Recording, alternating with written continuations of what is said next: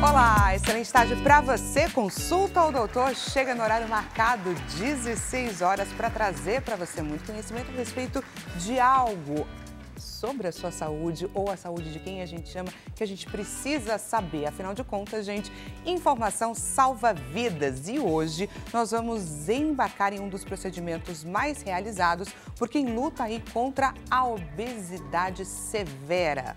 Pois é, a gente vai falar sobre cirurgia bariátrica, a quem ela é recomendada, de que forma ela pode e deve ser feita, quais são os tipos que existem hoje no mercado e os grandes desafios. A gente vai falar muito além da perda de peso, porque se trata aí de uma transformação, gente, física, emocional e que precisa de um cuidado que é multidisciplinar, inclusive para evitar aí o reganho de peso associado a transtornos alimentares como a compulsão, por exemplo. Lembrou de alguém a quem essa nossa consulta é importante, é necessária? Nós estamos em transmissão ao vivo pelo site, que é www.hittv.com.br. Já clica lá e compartilha o nosso link de transmissão, pois queremos sim chegar com informação de qualidade a quem precisa.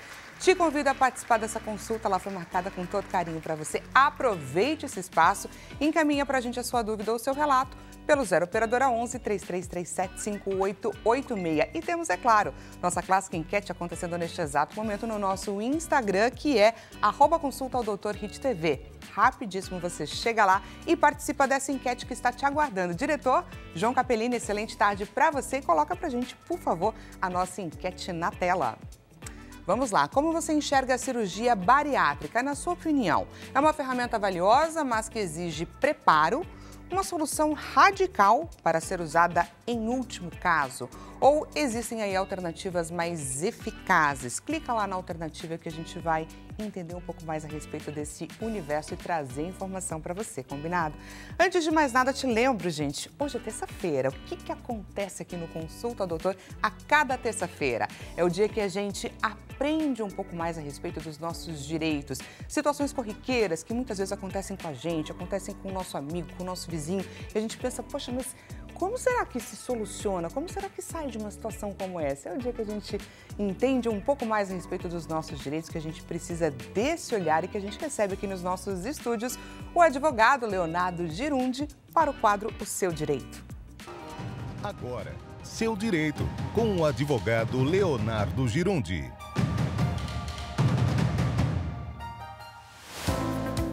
Doutor Leonardo Girundi, seja muito bem-vindo aqui no Consulta ao Doutor. Eu que agradeço, é sempre um privilégio estar aqui com vocês. Começar a semana aqui, é sempre bom. Muito, muito bom. A gente que agradece porque a gente vai receber aqui o conhecimento que a gente precisa. Vamos então começar com a primeira telespectadora que encaminhou para a gente aqui a dúvida, a Rosana Oliveira, de Teresina, Piauí. Olha só, meu vizinho costuma fazer festas até de madrugada com som alto, atrapalhando todos da rua. Já tentei conversar e nada mudou. Existe alguma medida legal que eu possa tomar para resolver essa situação? Olha aí a dúvida da Rosana. Muito legal essa pergunta, porque ela com certeza acontece em muitas ruas, não só na sua, mas em muitas ruas espalhadas pelo Brasil. Então, com certeza vai ajudar muita gente. Eu acho que esse é o exemplo clássico que toda liberdade tem limite. E nas minhas aulas, quando estou lá na faculdade, eu sempre falo sobre esse exemplo, né? Eu sou defensor da liberdade, entendo que o melhor caminho é a liberdade, mas toda e qualquer liberdade pressupõe limite. Então, você tem liberdade de fazer festa dentro da sua casa, a casa é sua, você tem liberdade, mas tem um limite ali, uma tolerância, tem um limite de horário, um limite da altura do som.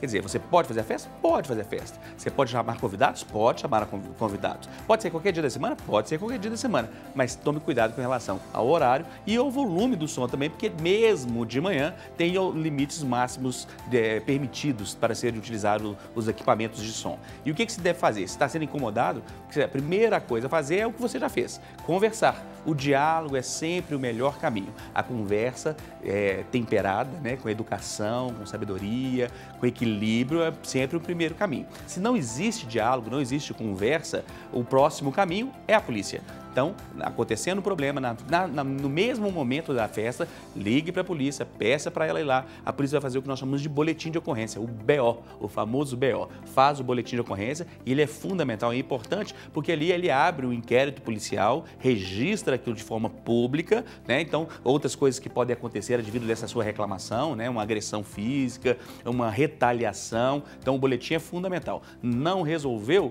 notificação extrajudicial e mover uma ação judicial. Você pode mover uma ação judicial e buscar ali, inclusive, indenizações relativas a esse incômodo, né? Tem situações complexas, por exemplo, uma pessoa que é vizinho e tem um bebê recém-nascido, ou uma pessoa, um idoso enfermo. Então, tem muitas situações que geram abalos emocionais naquela família, naquela situação. A pessoa está ali antes de fazer um vestibular, ela tem que acordar cedo no dia para fazer o vestibular e durante a noite toda anterior teve uma festa, ela não conseguiu dormir e foi prejudicada. Então, tem vários desdobramentos que podem gerar indenizações nesse caso.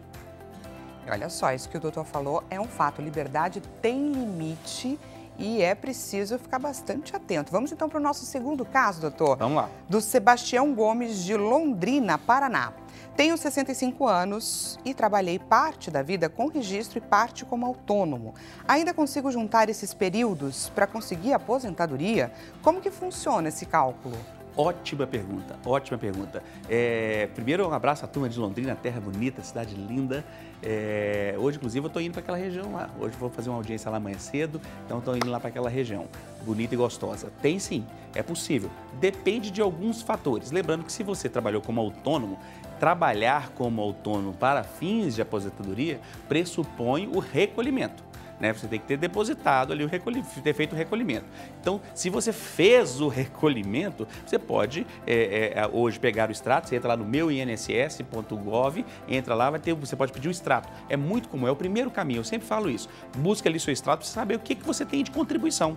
Né? É igual você pega o extrato bancário, vai ter ali informação de quantos meses você contribuiu, qual o valor da contribuição e lá embaixo vem escrito, inclusive, quantos meses faltam para você se aposentar. Então, tem todas as informações no extrato.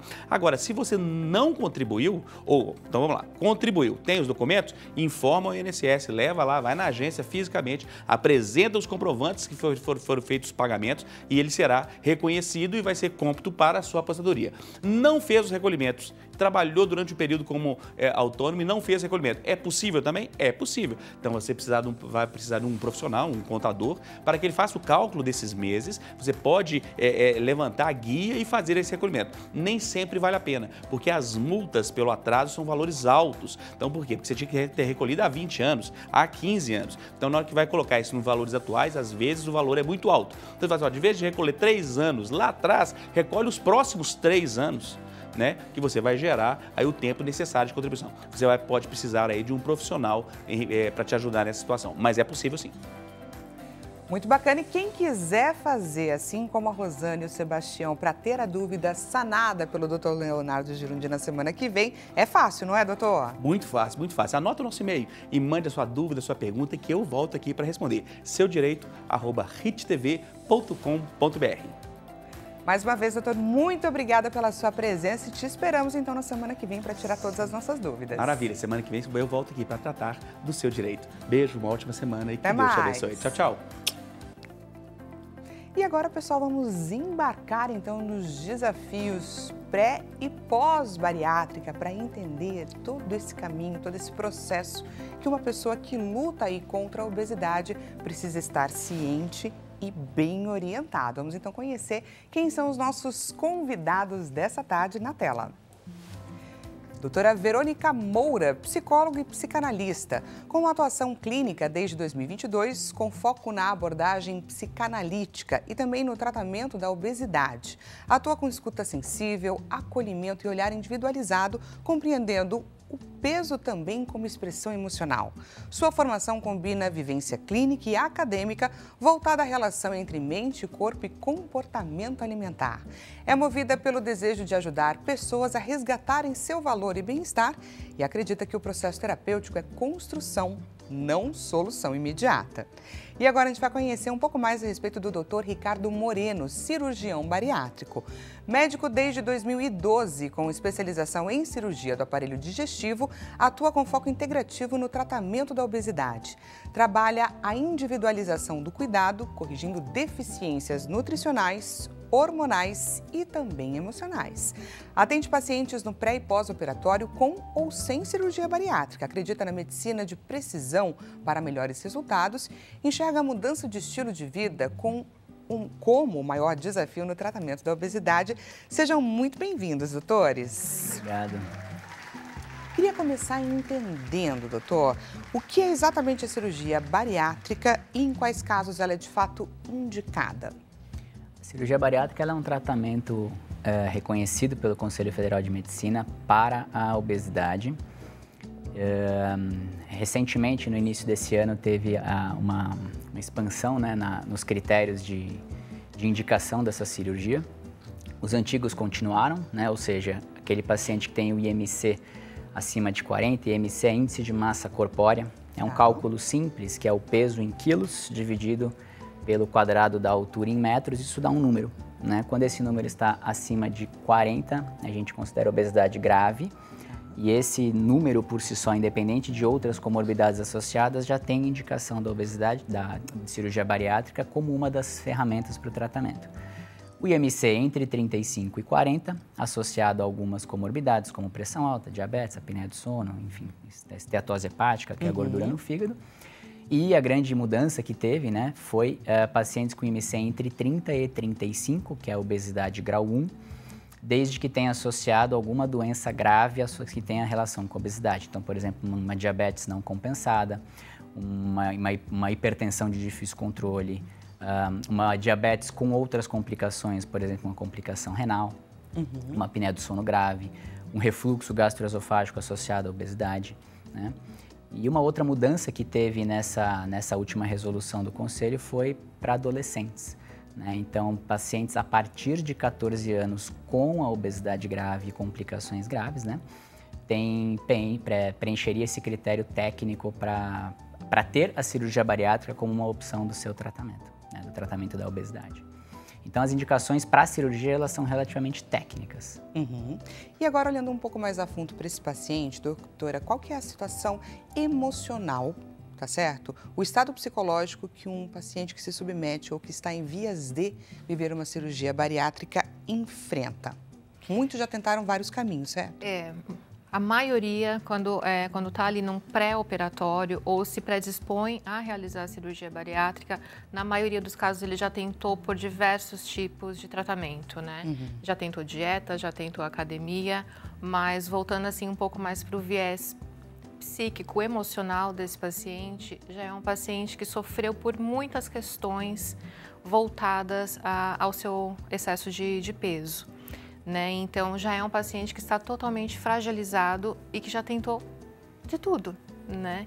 E que já ouviu que era preguiça, que era falta de vontade, que ele não consegue emagrecer porque não quer, né? E precisa deixar claro, porque é falta de vontade mesmo, porque ele não tem determinação, sabe?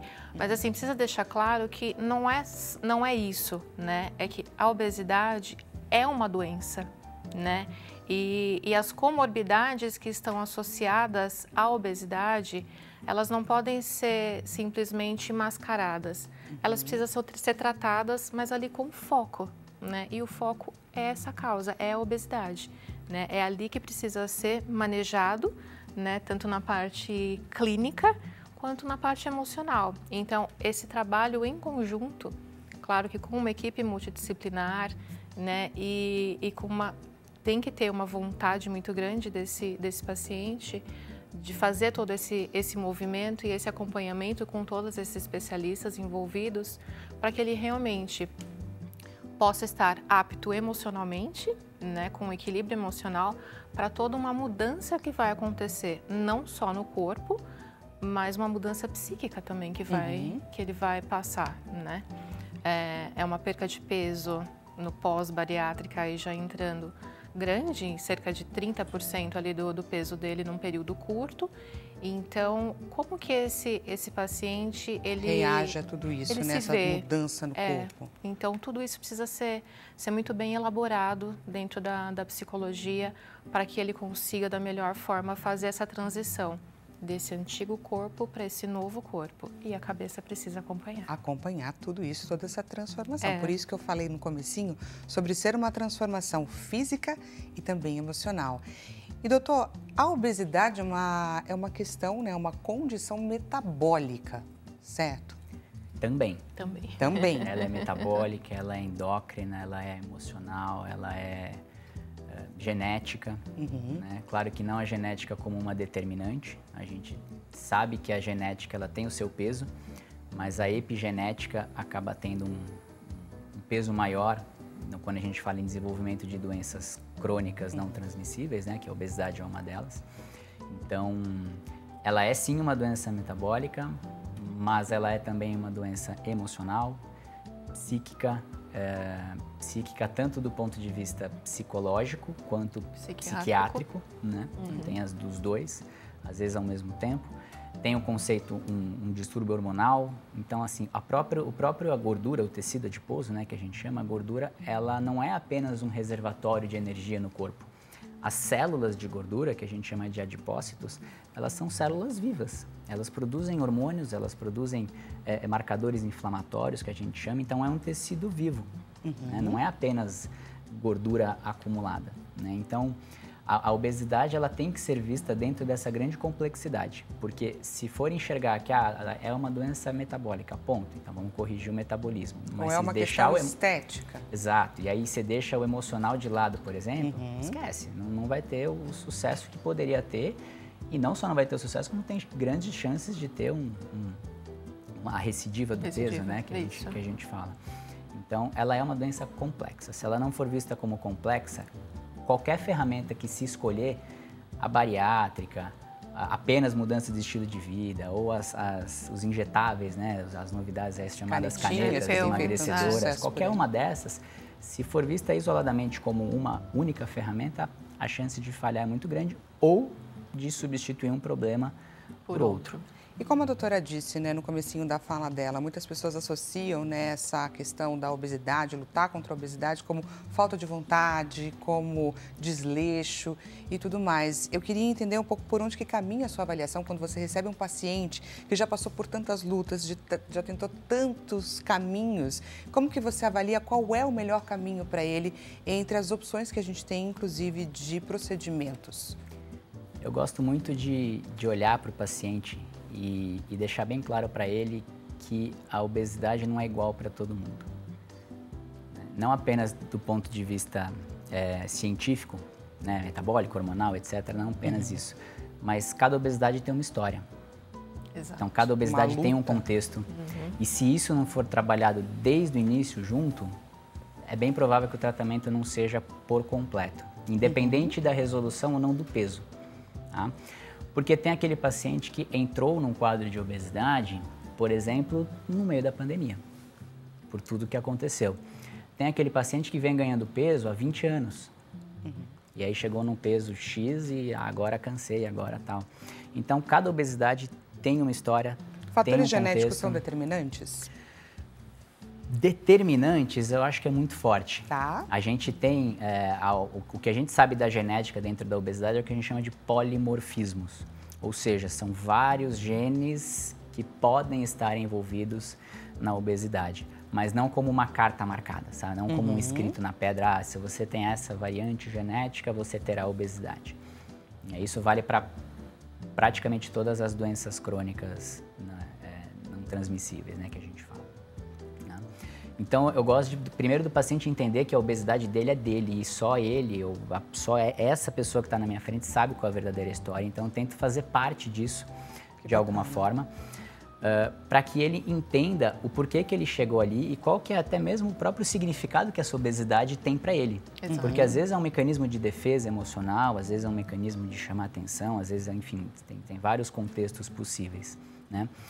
Outra coisa que eu gosto muito de trabalhar com o paciente nesse início do tratamento de obesidade é para ele trabalhar com dois sentimentos muito importantes. Um é o da frustração, porque eu acho que não tem uma pessoa com obesidade no mundo que não tenha pelo menos em um dia da vida tentado fazer alguma coisa de diferente e tenha falhado.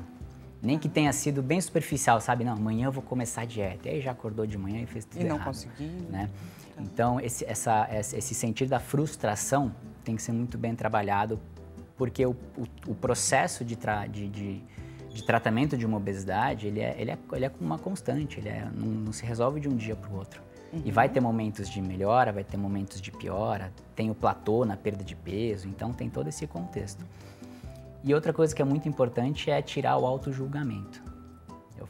Eu tento dizer para a pessoa que ela precisa se acolher um pouco mais e se julgar menos, porque senão cai nessa de que você não consegue, ou é preguiça, é força de vontade, não é. Cai no senso comum. Cai no senso comum e ela se sente esse senso comum e realmente assume e aceita que o problema é ela. E às vezes não é, às vezes é a estratégia que tomou, o momento em que tomou, às vezes começou, mas não conseguiu manter. Então isso tudo tem que ser respeitado, de novo, por ser uma doença por si só, complexa, de várias origens que se somam. Então todas essas raízes têm que ir sendo estudadas e muito bem interpretadas. Muito bem interpretadas. A fome, ela é emocional, não é? Muitas vezes. Eu diria que, especialmente no paciente com obesidade, sim. E é uma das coisas que eu tento buscar, principalmente no meu paciente. Ele está acima do peso, ele está com obesidade, mas quando que começou isso, né? Como era a vida dele e o que aconteceu, qual foi o marco na vida dele que desencadeou essa compulsão, né? Dentro que a gente estava conversando antes, dentro da abordagem psicanalítica, o paciente que tem essa compulsão alimentar, o objeto de desejo dele é a comida, né? E por que não foi para um outro viés e não para um outro tipo de compulsão? Tá. Pode ser compra, pode ser jogos, pode ser droga, qualquer outro objeto de desejo. Então, dentro da psicologia, eu busco tentar entender o que aconteceu dentro na vida daquele paciente, naquele momento em que ele consegue identificar em que começou essa compulsão alimentar. E na maioria das vezes a gente pode relacionar sim com uma falta. Uma falta que pode ter sido um abandono, que pode ter sido uma necessidade de afeto não correspondida, que pode ter sido um luto, né? Então, assim, são várias situações que pode ser um filho preterido, né? Não o preferido, mas um preterido. Então, assim, a partir daquele momento, identificar isso com o paciente e fazer com que ele mesmo comece a se observar e aí sim, com todo um trabalho vindo de lá de trás, resgatando esse inconsciente dele, né, dentro da psicanálise, para essa nova jornada, para essa nova caminhada e a mudança real desse paciente. Fácil? Não. É um caminho, não. É um processo. Vamos abrir, pessoal, para a participação do nosso público, da nossa audiência? Então vamos então para a primeira interação. Vamos ver quem que nos manda mensagem. Ney Luiz Cordeiro, de Londrina, Paraná. Ney, seja muito bem-vindo à sua consulta. Há 12 anos fiz a bariátrica capela com um bypass por corte e consegui perder peso em todo o corpo, menos na barriga. Infelizmente ainda ganhei uma hérnia gigante em todo o abdômen e ele queria então entender por que isso aconteceu. Emagreci pernas, braços e pescoço e não emagreci na barriga. E aí, doutor, qual que é a explicação que a gente consegue trazer para o Ney? Bom, o emagrecimento, ele não escolhe aonde vai perder a gordura. Tá. Né? Então, acho que tem dois pontos importantes. O primeiro é entender que a perda ela é sistêmica. Porque, na verdade, o corpo vai começar a utilizar essa gordura como fonte de energia. E isso não vai ser seletivo do braço, da perna, vai simplesmente como um todo. É importante entender que dentro do processo de desenvolvimento da obesidade, né, a gente, quando eu estava falando lá do tecido adiposo, acontece dois grandes eventos. Né? Um deles é a hipertrofia dessa célula de gordura, ou seja, ela aumenta de tamanho, ela aumenta de volume, porque essa célula começa a guardar mais a energia, os triglicéridos, enfim. Mas além disso, aumenta também a quantidade de células de gordura, que é chamada de hiperplasia. Então, a gente tem um aumento da quantidade de células de gordura e do volume dessas células. Quando o emagrecimento passa a existir, essa perda de peso, ela vem muito associada à diminuição do volume dessas células e não tanto da quantidade de células. Então, as células novas que se formaram no desenvolvimento da obesidade, elas vão meio que ficar ali. O quanto isso vai influenciar, se o paciente teve muito mais hiperplasia do que hipertrofia, mais aumento de volume do que de quantidade, isso vai sempre na individualidade, né? Outro ponto importante, depende muito do padrão de acúmulo de gordura que a pessoa tinha antes da cirurgia. A gente tem um padrão de acúmulo de gordura mais visceral, que é a gordurinha da barriga. Do abdômen. Do abdômen, né? Então, é aquele padrão que tem aquele barrigão, aquela pele esticada. Normalmente as pernas um pouco mais finas, porque acumula mais aqui no abdômen. Essa gordura, por mais que ela seja pior do ponto de vista metabólico, ela é bem mais inflamatória do que a gordura que a gente chama de tecido subcutâneo, ela é mais fácil de ser mobilizada. Né? E aquela gordura que se acumula no subcutâneo, ela é mais difícil de ser mobilizada no processo de emagrecimento como um todo. Então, se tinha um padrão de acúmulo maior de um jeito ou de outro, é o que vai ficar como... E vai muito da resposta do corpo do NEM. Existe algum caminho que ele possa recorrer? Aí seria cirurgia plástica, para tirar esse excesso eventualmente de pele que tenha ficado, de gordura. E como ele disse que ficou com uma hérnia, quando ele falou que foi por corte, né, é porque hoje em dia, acredito que praticamente não exista mais a cirurgia por laparotomia, que é o corte mesmo, né, um corte grande. Que é a que ele fez mesmo. Que é a que ele fez há 12 anos atrás. Tá. Né? E por que ele desenvolveu essa hérnia? Porque a própria obesidade já é um fator de risco para desenvolver hérnia pós-operatória, seja a cirurgia qual for, né, pelo excesso de peso em si. E por mais que ele tenha perdido peso, ele teve ainda uns meses com a cicatriz, em processo de cicatrização, mas estando acima do peso. Né? Fora isso, tem que ver a parte nutricional, como é que ficou, porque às vezes essa qualidade nutricional do paciente interfere na cicatrização, na qualidade muscular e tudo mais. Então, eu acredito que para ele resolver essas questões, ele teria que envolver um cirurgião do aparelho digestivo para corrigir a hérnia, junto com o cirurgião plástico para eventualmente tirar esse excesso de pele. Perfeito. NEM, muito obrigada, viu, pela sua participação, enriqueceu demais aqui o nosso bate-papo. Eu gostaria, inclusive, de partir dessa questão que o NEM trouxe pra gente, porque ele comentou sobre o tipo de cirurgia que ele fez. E a gente preparou, inclusive, uma telinha para tentar entender quais são os recursos que existem por aí, para que você explique pra gente quais são os tipos de cirurgia bariátrica que a gente tem à disposição. Tanto os que já não são mais tão feitos, quanto os que estão em foco hoje em dia. Vamos, então, conferir na nossa tela. Vamos lá, os tipos de bariátrica. A gente tem aí o bypass gástrico, que pelo jeito foi aqui o NEM fez, certo? Gastrectomia vertical, banda gástrica ajustável e duodenal switch, ou duodenal switch. Explica pra gente esses nomes todos estranhos. Vamos lá. Inclusive, dentro dessa última resolução do Conselho Federal de Medicina que eu falei, outras técnicas acabaram sendo também preconizadas como possibilidade, que antes estavam como experimental e tudo mais, né? A banda gástrica é uma que hoje em dia não é mais feita.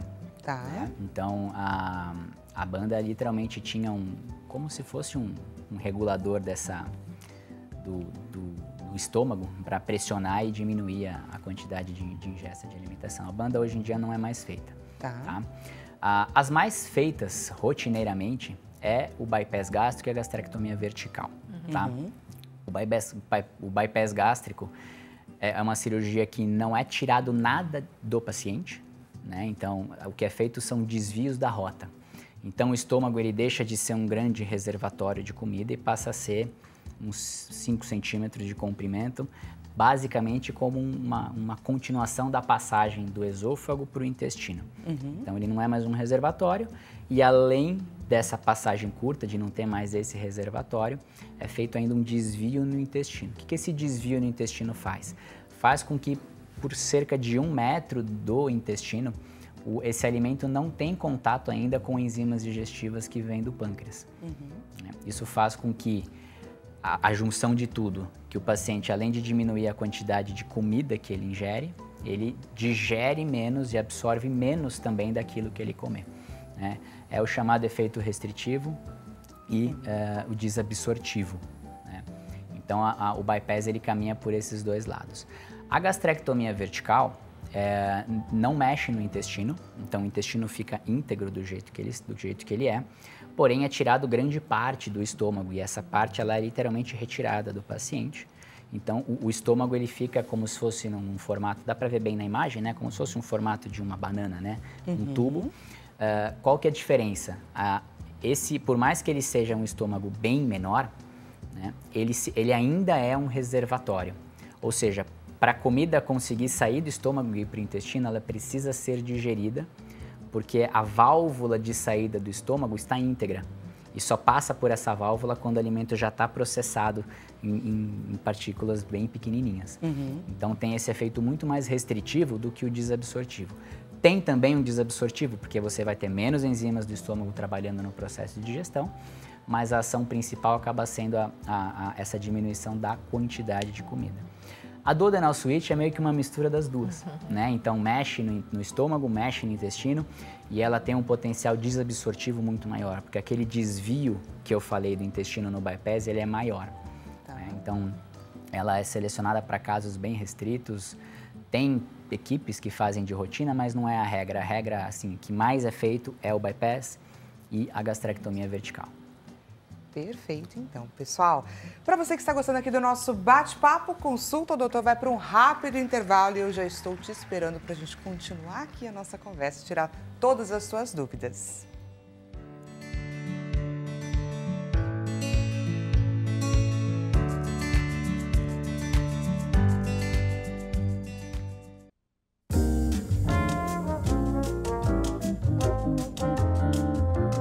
Seja bem-vindo mais uma vez.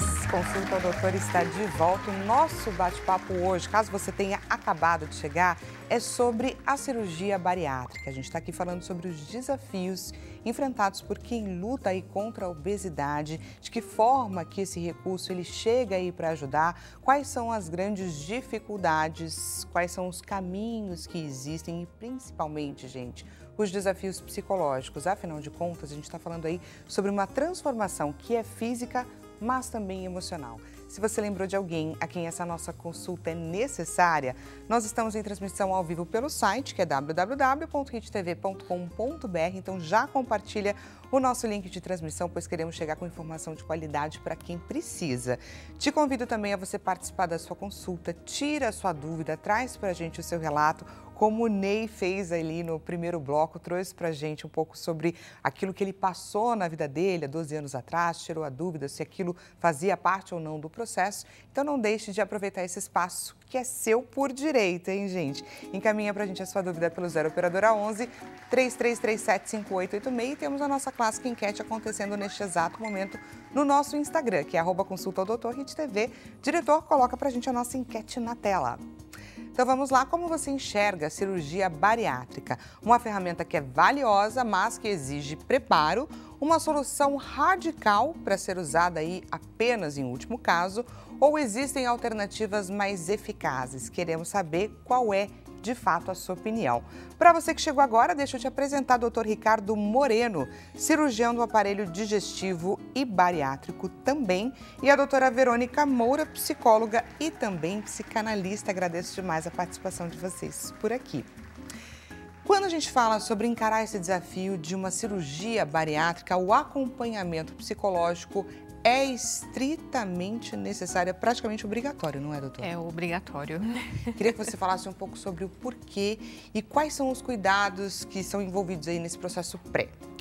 Bom, no pré-operatório, o paciente precisa, o psicólogo primeiro, precisa fazer uma série de avaliação desse paciente para compreender se ele está realmente apto, se ele está, vamos dizer, habilitado para toda essa transformação que vai acontecer na vida dele, né?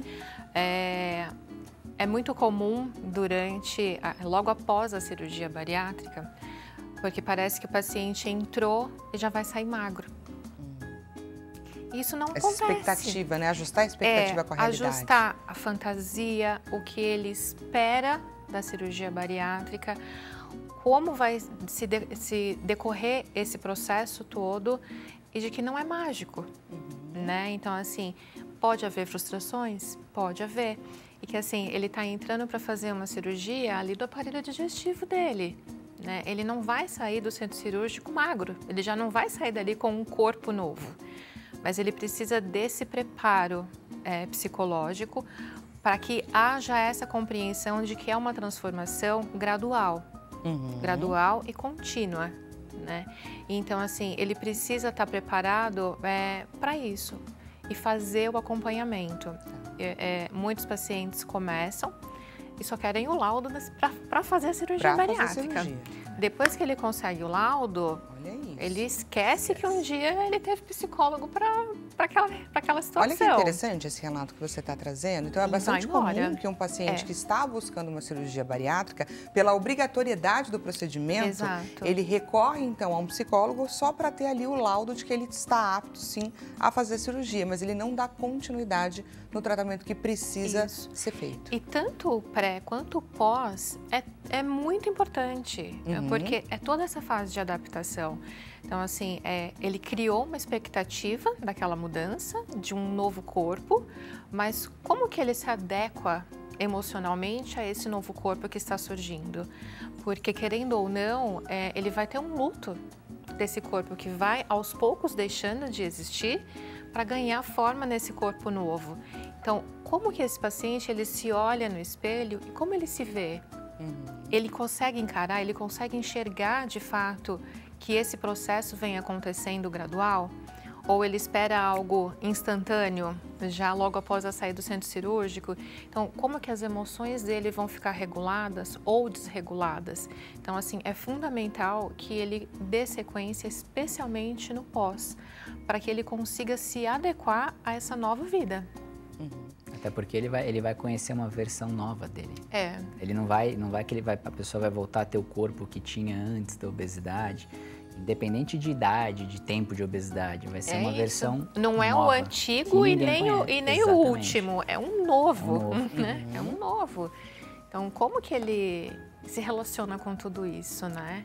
E eu vi que enquanto a doutora falava, você concordava bastante com a cabeça. Então, você vivencia também isso com os seus pacientes, essa negligência do paciente, essa busca por uma solução rápida. E aí, então, eu queria entender, porque você é o que está mais perto nesse processo mesmo, né? Nesse grande desafio. O que acontece com aquela pessoa assim que ela realiza, de fato, a cirurgia? Quais são os grandes desafios que ela enfrenta? Tem um pouco de tudo, mas eu acho que o mais importante é trabalhar com essa expectativa.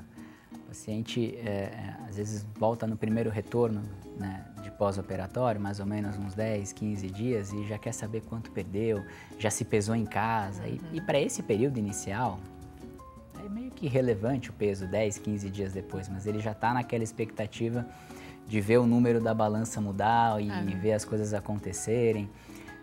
Então, eu acho que o mais importante é trabalhar com essa expectativa em vários aspectos, né? O paciente tem que entender que no pós-operatório, os primeiros 2, 3 meses são os meses mais marcantes da perda de peso e que depois é normal ter um desacelerar, né? Não perder o peso no mesmo ritmo que vinha perdendo, e aí às vezes a pessoa já pode ficar preocupada e falar, não, tá tudo bem, tá tudo certo, né? A gente tem aquele cálculo, né, de 25% a 35% de perda de peso e tal, geralmente em torno de 30%, bypass um pouco mais, mas isso é num período a longo prazo, não nos primeiros meses ou semanas. E a longo prazo a gente está falando de 1, 2 anos? Entre 1 e 2 anos. Normalmente, entre 1 ano e 1 ano e meio é o período que a gente chama de estabilidade, mas até 2 anos depois da cirurgia a gente pode ver ainda essa curva de peso. É claro que às vezes é muito sutil, né? E também é muito individual, porque se basear apenas no peso, no número que a balança está mostrando, é pouco. Tá? Principalmente naquele paciente que está, por exemplo, fazendo atividade física, mantendo um bom padrão de alimentação, ele está ao mesmo tempo que perdendo a gordura que tinha em excesso, ganhando massa muscular. Né? Aí é que entra a precisão da história e também o explicar para o paciente que, olha, seu peso não está mudando tanto na balança como você esperava, mas olha aqui a sua composição corporal. A composição você corporal perde gordura, mas você está ganhando massa, você continua perdendo, diminuindo a sua porcentagem de gordura corporal e ganhando massa muscular. Tá ótimo? Pouco importa para mim o número da balança se a gente continua vendo essa mudança na composição corporal. Então, tudo isso tem que ser muito trabalhado, muito ajustado com o paciente, exatamente na questão da expectativa, né? E aí, por exemplo, no pós-operatório, qual que é a importância e por onde caminha o acompanhamento psicológico? Eu ia falar uma coisa que vai até contribuir com a tua pergunta. É muito importante que essa pessoa tenha um apoio, uma rede de apoio.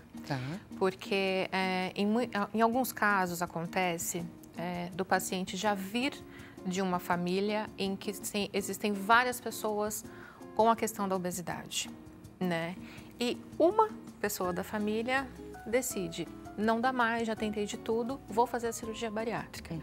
O que também, ao meu ver, não seria o ideal deixar como última alternativa, né? Porque às vezes a pessoa vai ganhando peso e acontece, não sei se o doutor já deve ter se deparado com isso no consultório, de pacientes que não têm o IMC para realizar a cirurgia, mas que não querem fazer um outro tipo de atividade ou alguma outra alternativa, mas que preferem ganhar peso para realizar a cirurgia bariátrica. Olha só. Né? Então, isso acontece. Mas que vem muito, falando da questão de rede de apoio. É uma pessoa que já vem de uma família que diversas pessoas já sofrem com obesidade, com as comorbidades causadas pela obesidade, mas que essa pessoa vai destoar da família. Então, eu já acompanhei pessoas em que a família não apoiava, né? Então, assim, com diabetes, com hipertensão, todas as questões cardiometabólicas alteradas, mas assim, os familiares achavam que a pessoa não tinha que realizar, porque ela ia mudar, ela ia ficar diferente, ela ia ficar saudável. Né? Então, assim, ela ia ficar fora do contexto familiar. E essa mudança do estilo de vida, o paciente ele tem que estar pronto e disposto a viver, porque Exato. Isso não tem mais não tem mais como voltar atrás, não é? Não. Não, a cirurgia ela é uma baita ferramenta, assim, é inegável o quanto a cirurgia pode auxiliar no processo de emagrecimento. É para todo mundo? Claro que não. Tudo é sempre individualizado, mas é preciso ficar bem claro que a cirurgia bariátrica é uma ferramenta. Ponto. É isso. Não é mágica, não né? É mágica, não é mágica. No começo, a pessoa perde peso porque acabou de operar, está empolgada, segue a dieta que fica líquida, pastosa, tem todo aquele passo a passo, tudo. Então vai perder peso. A hora que perde peso, ela se anima. E também pelo receio, né? De vou comer receio alguma coisa, de pode acontecer alguma coisa comigo. Exatamente. Então, o início dificilmente é o que preocupa, né? A curto prazo de pós-operatório, mas a médio e longo prazo tem que ficar atento.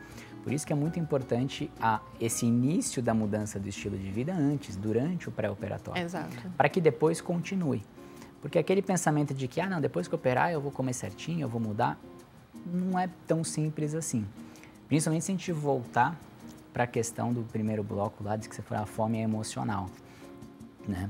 Tem até isso é um mito, né? Que dizem que opera bariátrica vira alcoólatra. Isso não existe, não tem essa relação direta de forma alguma. O que tem é essa troca, porque a fome emocional, ela existe, né? A gente tem 3 tipos de fome, né?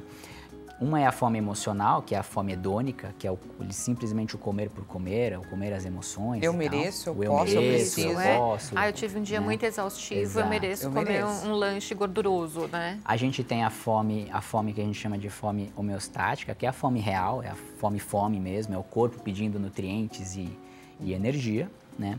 E tem a fome influenciada pela microbiota intestinal.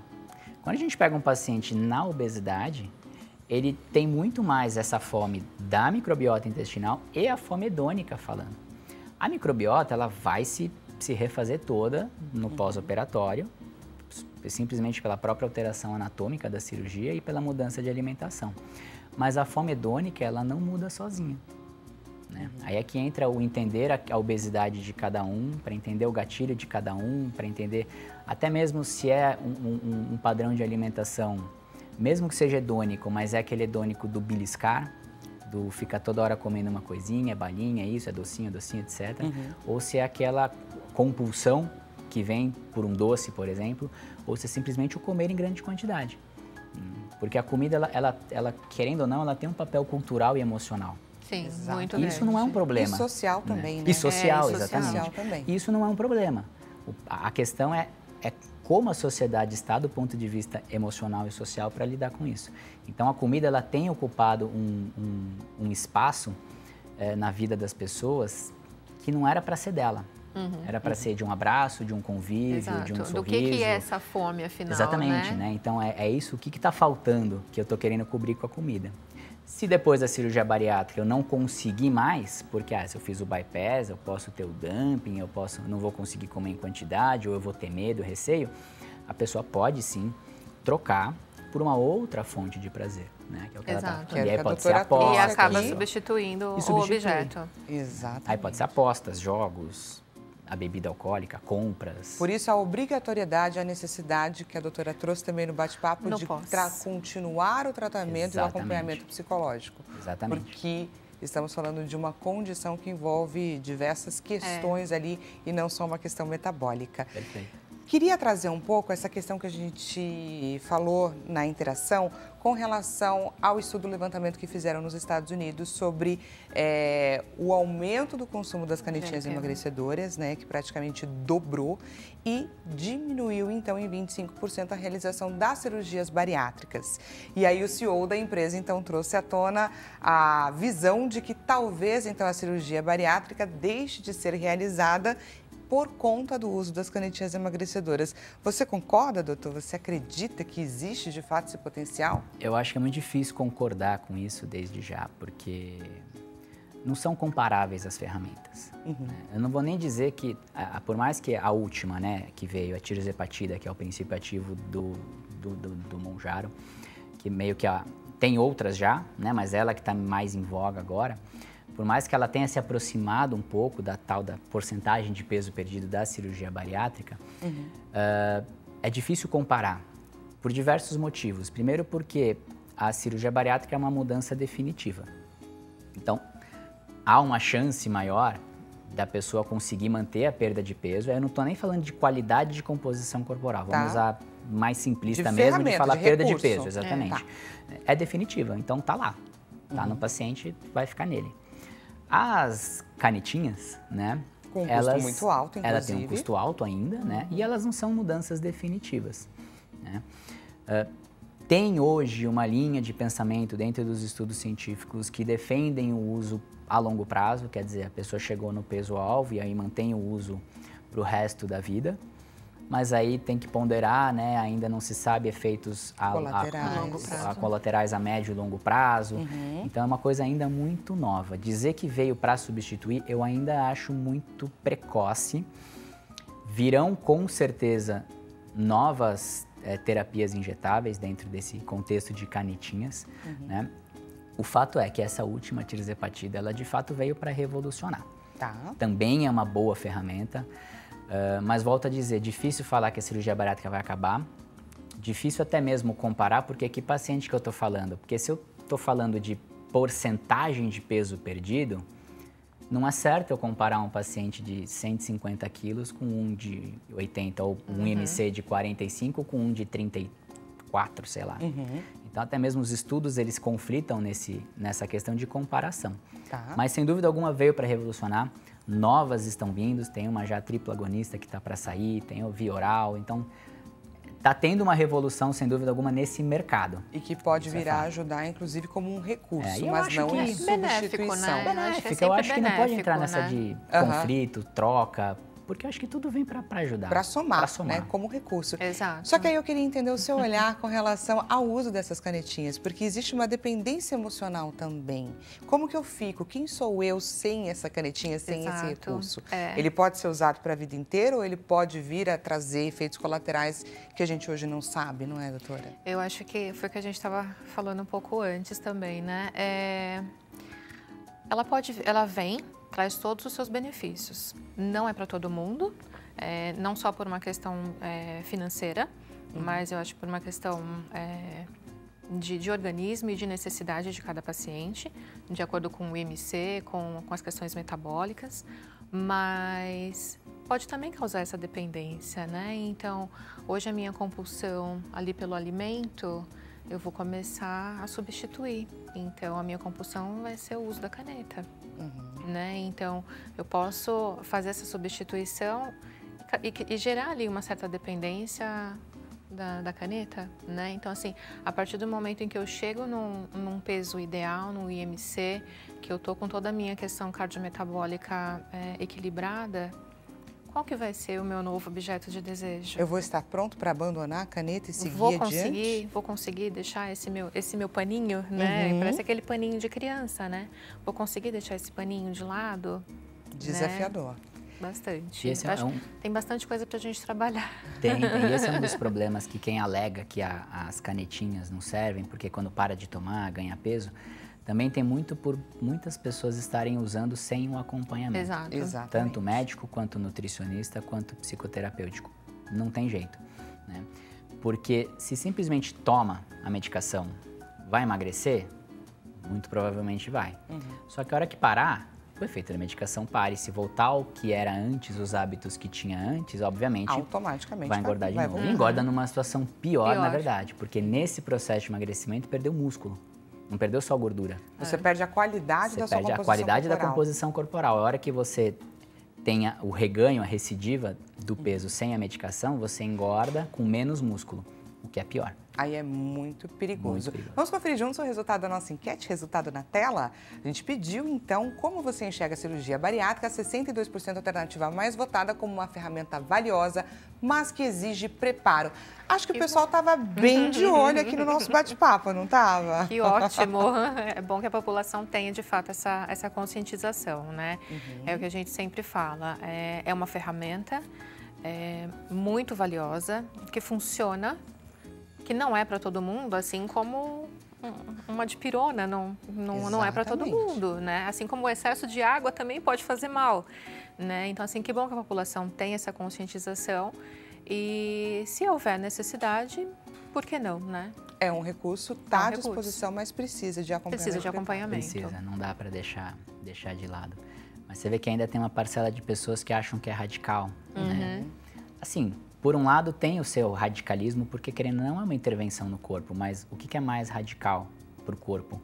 Ter essa mudança e ter a possibilidade, a chance de caminhar para uma mudança real de estilo e qualidade de vida e até longevidade, ou viver no radicalismo que a obesidade é ok, tá tudo bem, pode comer o que quiser. Então, gostaria demais de agradecer a presença de vocês aqui hoje. Para quem do outro lado da telinha gostou do nosso bate-papo, deixa eu deixar aqui para vocês os contatos da doutora Verônica Moura. Deixe à sua disposição o Instagram, veronicamoura.psi, e o WhatsApp, 0 operadora 11 984 60 20 50, e do doutor Ricardo Moreno, dr_Ricardo_Moreno, e ele deixa 2 WhatsApps à sua disposição que aparecem agora aqui na nossa tela.